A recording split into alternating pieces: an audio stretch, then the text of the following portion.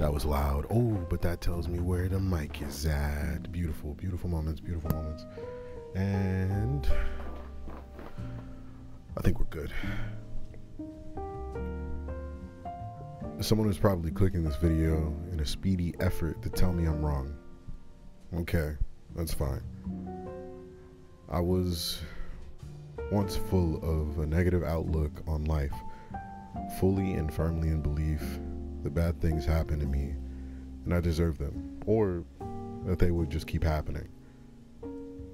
I looked at life as a series of karmic exchanges and decided that surely what was happening was a result of that karmic interaction.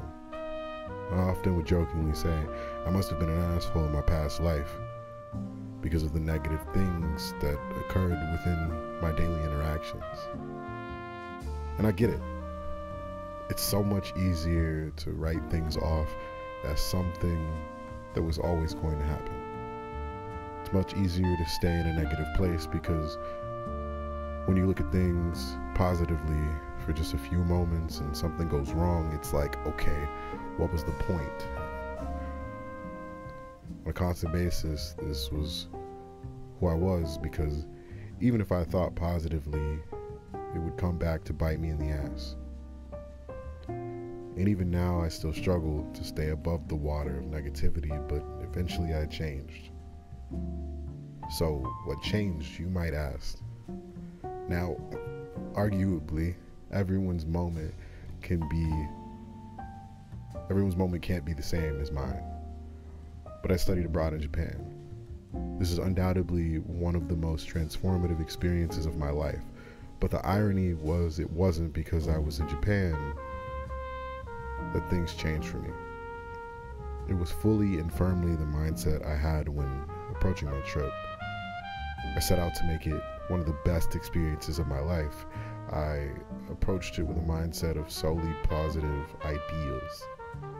I was set that this trip would be one I'd always remember. And it literally is.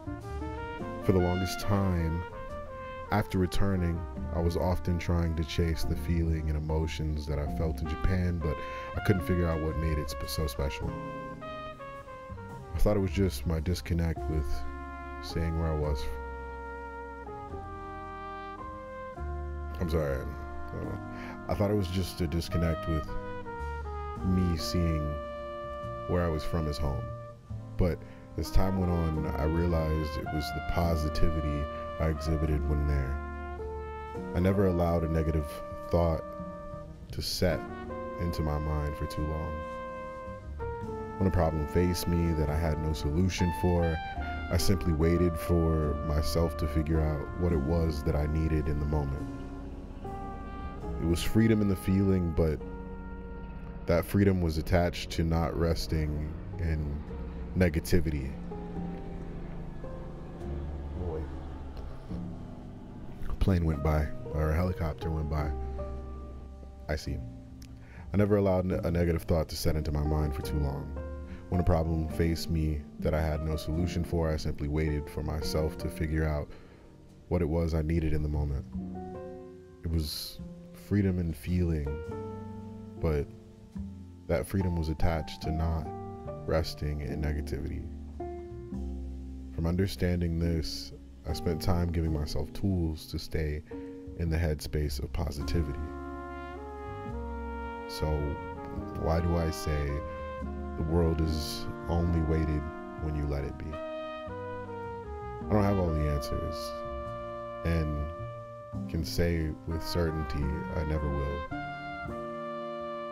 But I'm open to the progression of learning how to not allow the world to be so weighted.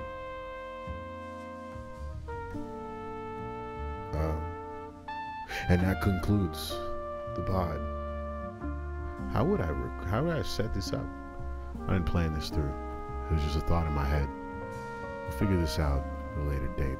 But for now, take that with you. It's a note. This is the Life Project, and I'm Cam Hayden.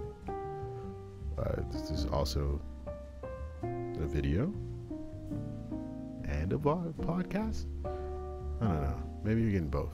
I don't know how I'm setting this up. might just keep everything that's involved in what happened here. No, I should probably edit it. That would be responsible.